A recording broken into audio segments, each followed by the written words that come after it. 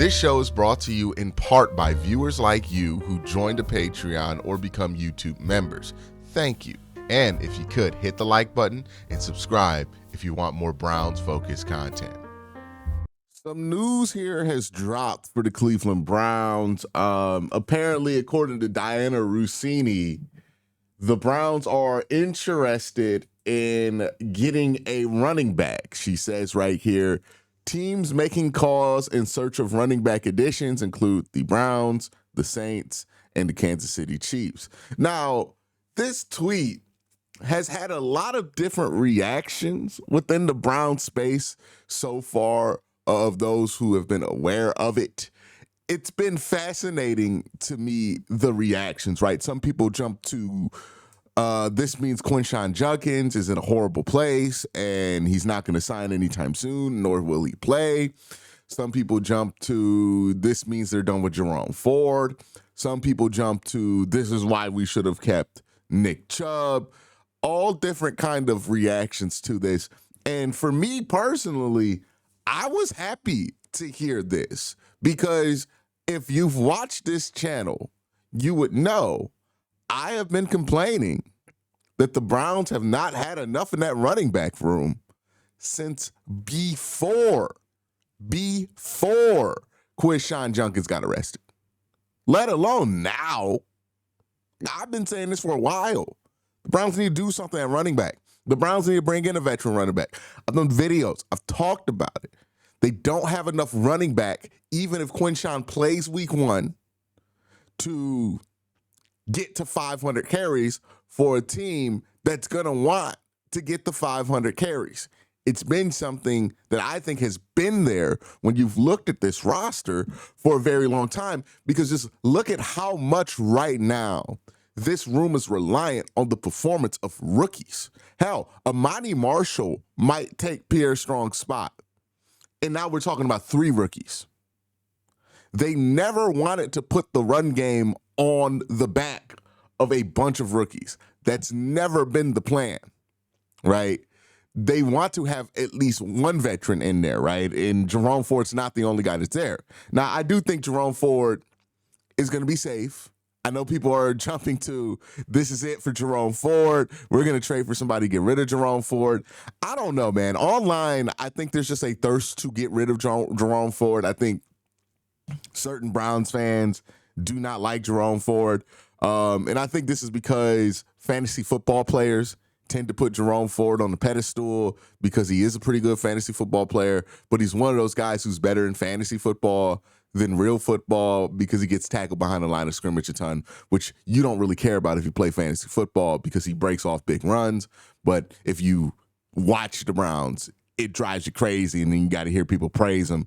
I think that's a huge part of the reason why people don't like Jerome Ford. But the truth is, Jerome Ford's a solid running back. I think he averaged 5.2 yards per carry last year. He's not a every down back. He's not your starting running back. But I think everybody's going to jump to Jerome Ford or jump to whatever they want to jump to complain about with the running back room.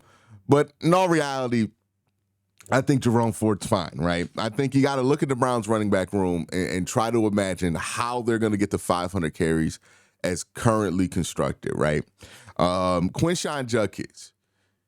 There's a lot of things you got to factor in with Quincy, right? Because before all of this, when I was saying the Browns needed a running back, they don't have enough to get to 500 carries. This is when I was assuming that Quincy was going to be healthy and ready to go week 1, and he was going to take about 200 carries, about 11 to 12 carries a game, right? Well, what we know right now is that Quincy is still being investigated by the NFL. A lot of people seem that it's likely that Quincy's going to get suspended. I think so as well. And he still has not practiced with the Cleveland Browns. So you got to think he's not going to get 200 carries. He's going to get suspended for a period of time. And then once he gets back, you have to imagine 4 weeks of a ramp-up period. Now, I know they let you practice a little bit before you get back from the suspension. I think like a week or 2 before you get back from the suspension. So You probably need about 4 weeks of practice. So you're talking about 2 weeks while the suspension is ending, 2 weeks after the suspension is ended. So whatever number that suspension is, I would assume that Quincy tacks on another 2 games of limited reps once he's not suspended anymore. So if it's like a 5-game suspension or a 4-game suspension, you're probably not going to see him go full go until week 7. So his carries have been significantly cut here, right? Just by the nature of the situation that he's going through. And again, I didn't think he was going to give you enough to get the Browns running back room to 500 carries before everything popped off with them.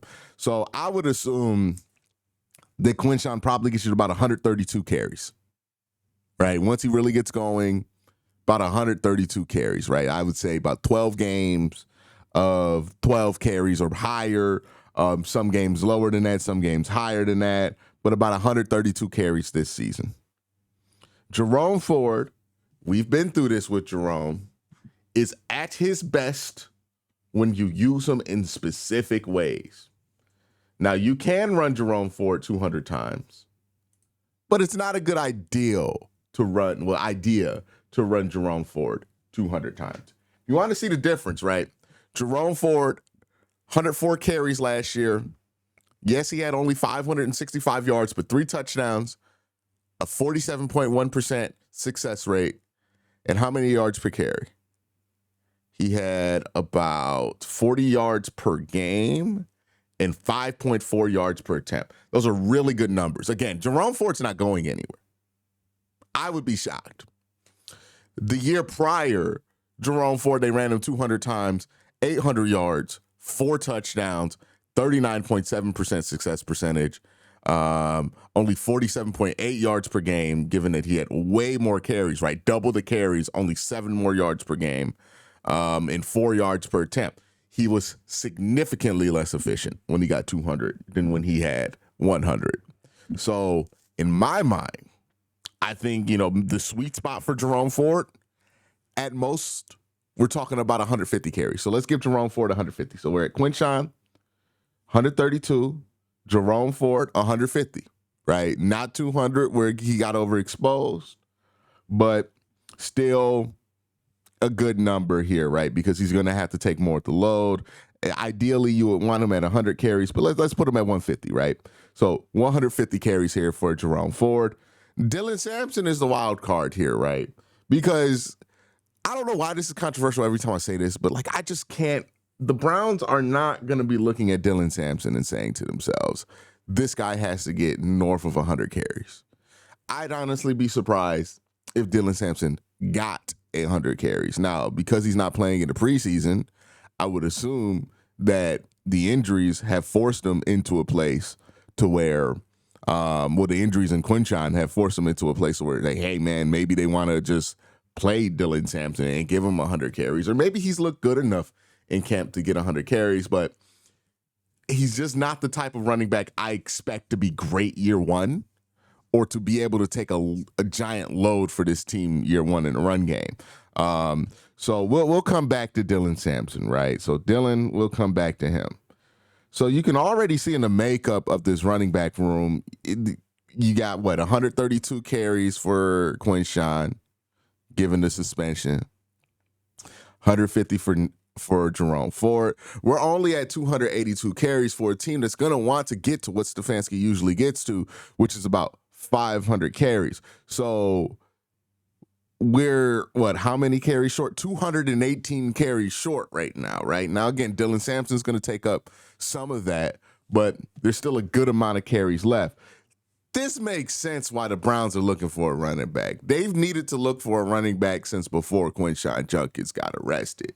I know everybody's making this to be about that. I think this is just, hey, it's week 1. They know they can get a deal on running backs right now, and they've needed one for quite a while. Or at least that's how I'm looking at it. Maybe I'm biased because I've thought they've needed to trade for a running back for a long, long time. Again, you go ahead and find the receipts on my channel. You go back and look. I've been saying this for a while. So Dylan Sampson, we don't know how many carries he's going to get, but who's even out there, right, is the next question when it comes to the Browns getting a running back.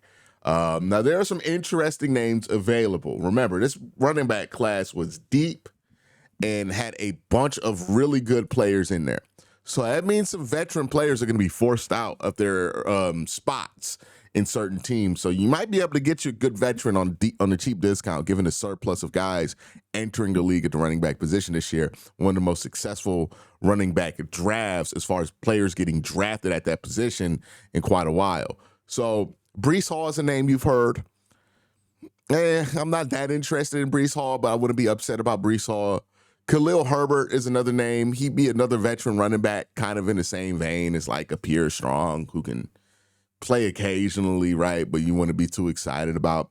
I think Rachaad White, I'm not very familiar with Rachaad White out of Tampa Bay. I know he got his job taken last year, but yeah, maybe Rachaad White is something you're interested in. Let me look up his success rates. I mean, it's not bad, right? His success rates are, above 50 for 2 seasons last year, coming off a pretty good season. 144 attempts, 613 yards, 3 touchdowns.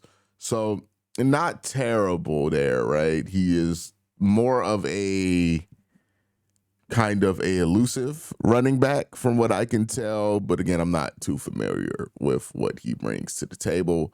There's a name here that I would like to bring in just because I like the player for personal reasons. Jaleel McLaughlin, a fellow YSU grad. He makes no sense for the Cleveland Browns, admittedly, but I do think he's a really good player. Above 50% success rates. He got pushed out of Denver because they drafted RJ Harvey. But somebody who every level of football he's played, right? Started at Notre Dame College, which I don't even think exists anymore in Ohio. Was dominant there, comes to Youngstown State, was dominant, was the only thing that the Youngstown State Penguins had on offense while he was here, and was dominant while he was at YSU. Then comes to Denver and as a UDFA and, earns a roster spot for the last 2 years, right? This is somebody who's been very successful, a receiving threat out the backfield, a really elusive playmaking running back. I think the problem is for him, he's 5'7", he's 187 pounds, and he's really more useful running the ball than he is receiving it, right? If he was a better receiver, which he's a decent receiver, but if he was a better receiver, I think he would have a better chance to stick with Denver. But since he's not, and he's more of a running back, well, that kind of limits the situations you could put him in. But I mean, look, he had, 113 attempts last year, 25 first downs, very successful running back when he's out there. He's just not big, right? He's really, really small. And I think the issue with him in Cleveland would be, where does he really fit with the Browns? Because Jerome Ford's probably going to be the one asked to do a lot of what you would want Jaleel McLaughlin to do. And Jerome Ford's a bit of a more sturdy build than Jaleel, who's very, very small. Again, the Youngstown State Penguin in me would love to bring in Jaleel McLaughlin because he's a baller, right? And I think if you're the Browns, it's not really the worst thing in the world to bring him in. I just got to acknowledge if they don't do it, I can understand it because the fit isn't really the greatest with him in Cleveland. The one player who I think does kind of fit the Browns offense, does fit what the Browns need right now, is Brian Robinson Jr. He's probably going to be the most expensive guy to go out and get, but he's young, right? He's not at the end of his career, so he's useful past this season.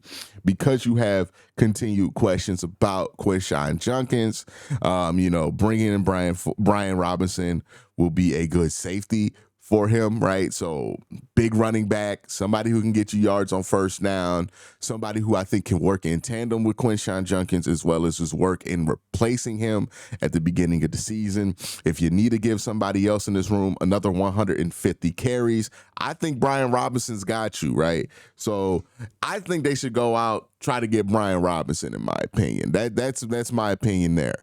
If you give Brian Robinson, you can give him about 150 carries. He'll be a pretty successful running back. Again, about 50% success percentage, which is where you want to hit as a running back. And then 130 carries for Quinshawn this year. So you're already at 432, and now you're only really relying on Dylan Sampson to give you like 60 carries instead of like 100.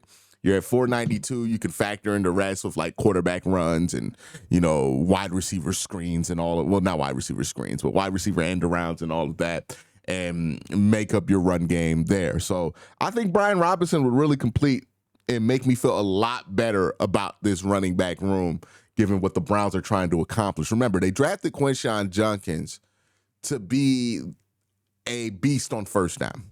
And, hopefully that's what he can be when he gets back. They need somebody who's going to be able to consistently, whether it's there or not, get you about 3-4 yards on first down. So we're looking for guys with high success percentages, right? If you look at success percentage, the stat measures how often do you get the desired amount of yards on each set of downs that you're going to play.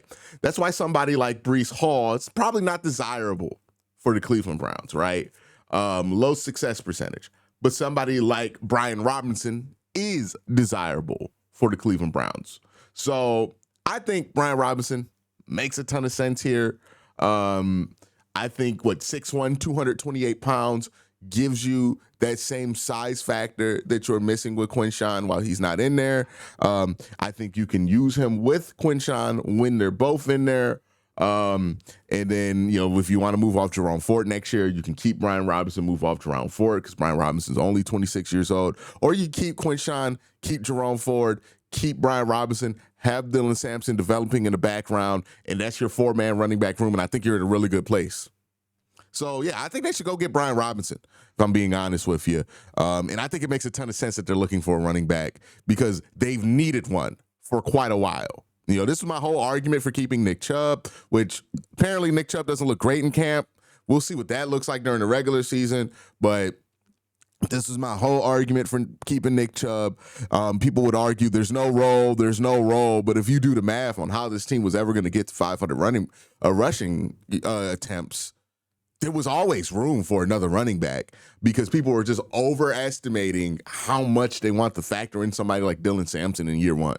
So, yeah, I think they should go get B-Rob. I'd be very happy with B-Rob. Let me know what y'all think in the comment section down below. Have a great day. Have an even better night. Peace.